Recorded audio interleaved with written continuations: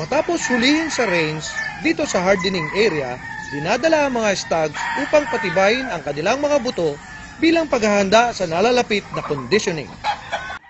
Ano ang dapat nating gawin kapag ang manok ay ilalagay na sa hardening pen?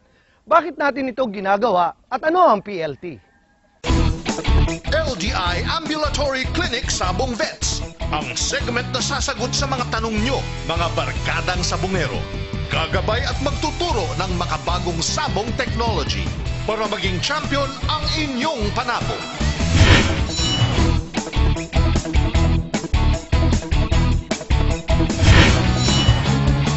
Magandang araw mga barkadang sabongero. Doc JBT po ang inyong sabong vet. Ngayon ay tatalakayin natin ang PLT na nabanggit ko noong nakaraang linggo. Ano po ba ang PLT? Ang PLT po ay acronym ng purga, ligo at turok. Ito po ang proseso. Una, purga. Dalawang paraan ang pwede nating gamitin. Pagsupak ng tape terminator o direktang pagsubo ng Vermex. Ang tape terminator ay pinagsanib na bisa ng praziquantel at libamisol hydrochloride. Ito ay epektibo kontra tapeworm at roundworms, maging sickle worm, gapeworm, gizzard worm at redworm. Narito naman ang tamang paggamit ng tape terminator. Maghalo ng 2 kutsarita sa 1 galong tubig at ibigay sa loob ng 2 magkasunod na araw. Ulitin ito kada buwan. Pwede rin magsubo gamit ang Vermex.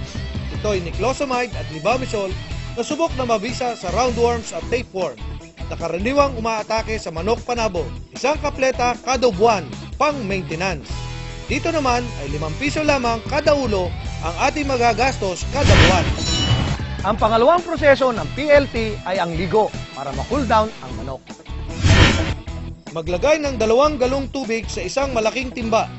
Haluan ito ng 1 sachet na wash out shampoo. Haluing mabuti. Ang wash out ay may permethrin at piperonyl butoxide na mabisa laban sa tropical red mite, scaly leg mite, bent mite at feather mite. Lahat ng kuto patay sa wash out multi-shampoo. Ilublob ang manok hanggang leeg. Linisin ang ulo, ngunit iwasang malagyan ang mata. Siguraduhin nanuot sa buong katawan at pakpak ang solusyon. Linisin ang mga paa. Pagkatapos, ilagay sa arawan ang manok hanggang matuyo, saka ibalik sa cord. Sa 13.15 halaga nito, ang gastos bawat manok ay 1.35 lamang. Ang pangatlo at panghuling proseso ng PLT ay ang turok. Ano ang ating ituturok? Siyempre, Thiabex Libertinic. Ito ay kontra anemia at para hindi kapusin ng hangin ang manok sa laban.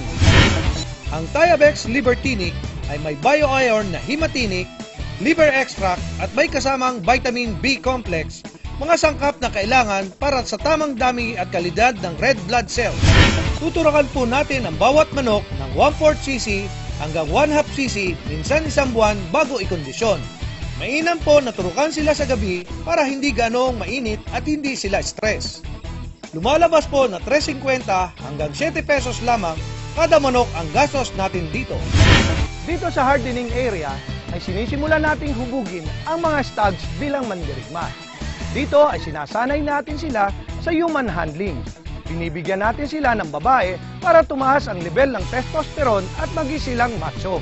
Dito ginagawa ang dubbing, pinatitigas ang hita at pinte, preparasyon para sa cording. Ang susunod po nating paksa ay stag hardening principle. Hanggang sa muli, ako po si Doc JBT, ang inyong sabong vet.